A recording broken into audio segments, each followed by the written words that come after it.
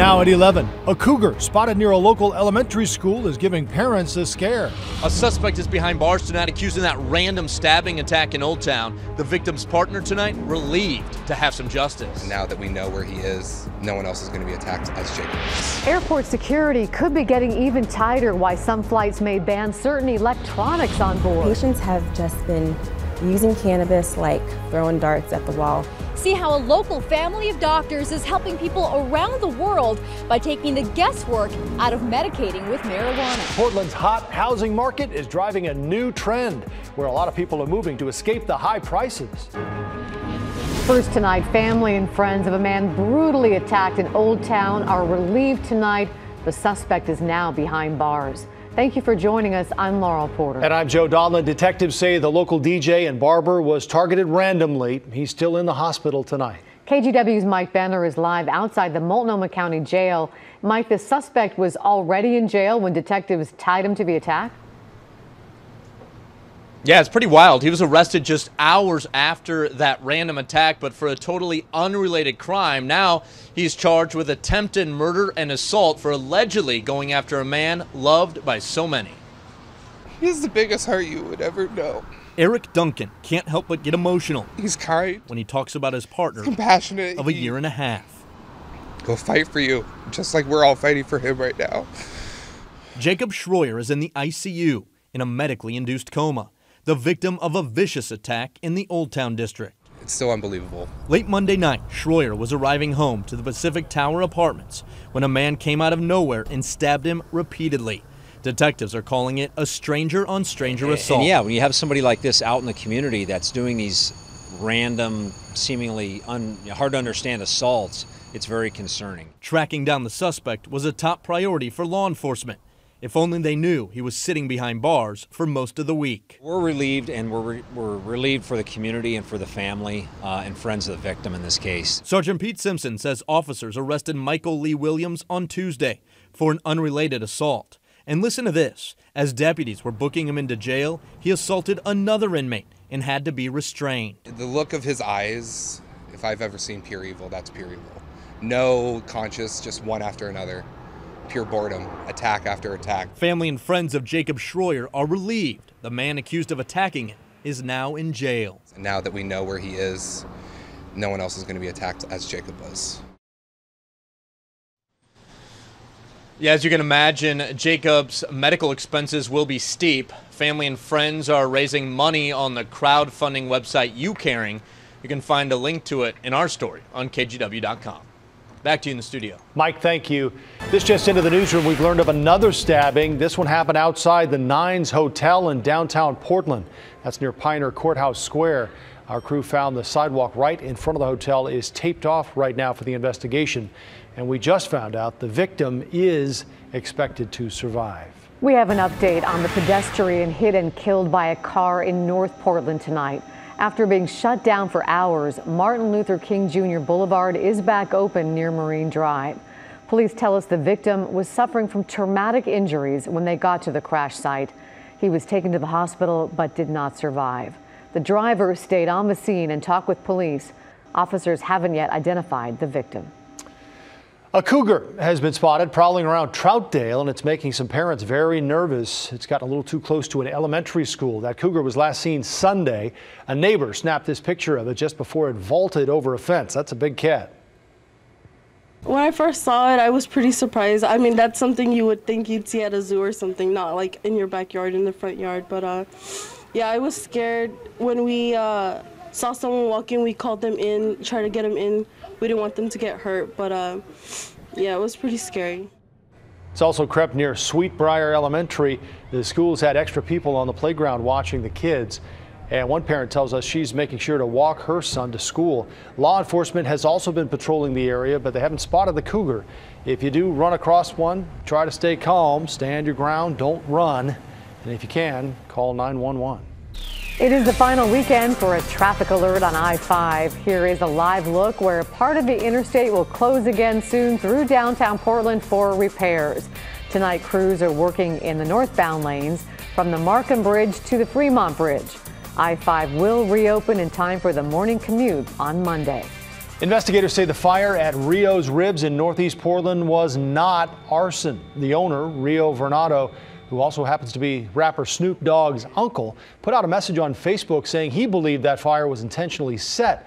Vernado said he'd been the victim of racial threats, but investigators say there's no evidence to support that arson at this point. The fire broke out early Monday morning and destroyed the business. Woodburn police are still trying to track down this man who was caught on surveillance cameras exposing himself to children at a laundromat. Investigators say it appears the man is targeting children. In Monday's incident, he walked into the laundromat in the middle of the day and exposed himself in front of several kids under the age of 10. Well, it's disgusting. As a father, you don't want to see people out there doing this to young kids. And, our job here is to keep people safe. And so getting people like him off the street is very important to us. Police are now worried he could do this again, but right now they have no idea who or where he is. Two men accused in what troopers call one of the worst road rage incidents they've ever seen appeared in court today. 36-year-old Matthew Champagne's on the left of your screen. 27-year-old Kyle Villagafa is on the right. Troopers arrested the men after getting reports yesterday that a car and a truck were ramming each other in the middle of a Vancouver intersection.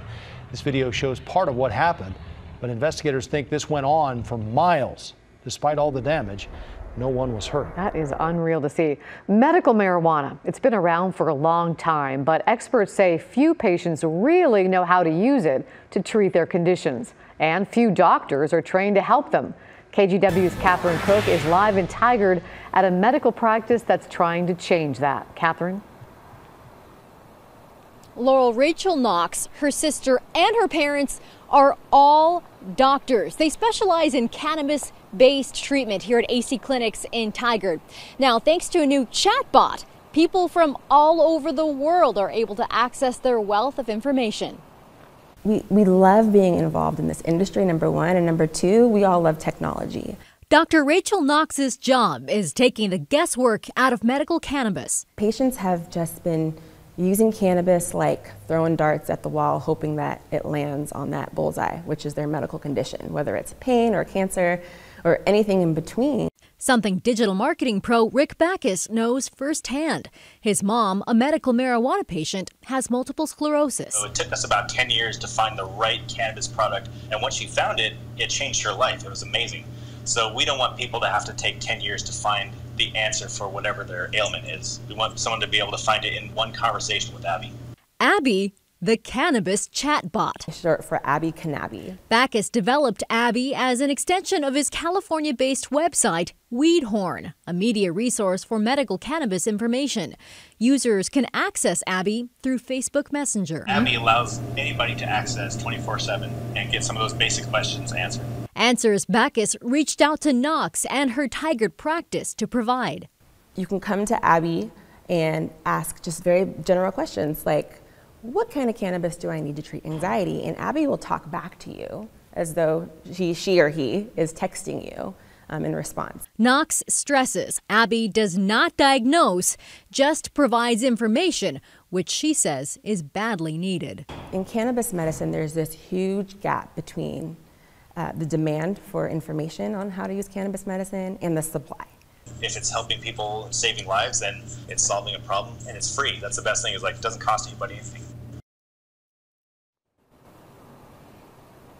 Abby is only a few weeks old. It launched last month on 4/20, but already it's given users more than 5,000 recommendations. Joan Laurel. Thank you, Catherine. Tonight, the Department of Homeland Security is warning U.S. companies about a cyber attack. Hackers are holding computer data hostage for ransom. This started with a network of hospitals in Britain. A virus paralyzed the country's health service. Emergency rooms had to close. Patients were turned away. Routine surgeries canceled. The virus locked computers. On screen was a message demanding $300 in bitcoins to get access. The attack reportedly affected computer networks in at least 70 countries. Experts say the virus exploits holes in software that were first identified by the National Security Agency and were then leaked by hackers. A Microsoft spokesperson says U.S. companies should make sure their computers are updated and running the latest software. Tonight, there is new fallout from the firing of FBI Director James Comey and what was said during a dinner he had with President Trump shortly after his inauguration. The president mentioned the dinner during an exclusive interview with Lester Holt. Several people who know Comey say during the meeting, the president asked him a couple of times if he would be loyal to the president. Mr. Trump denies asking that and this morning tweeted that Comey better hope there are no tapes of the conversation. That set off another line of questions about whether the president is taping conversations. Are there recording devices in the Oval Office or in the residence? As I said for the third time, there is nothing further to add on that. As far as the search for Comey's replacement, Justice Department officials are set to interview 4 candidates tomorrow. Next, from the night team, Homeland Security may be banning small electronics on board more flights. Find out which passengers would be affected. Plus, it was a nail-biting end to the Civil War on the baseball field. The highlights just ahead.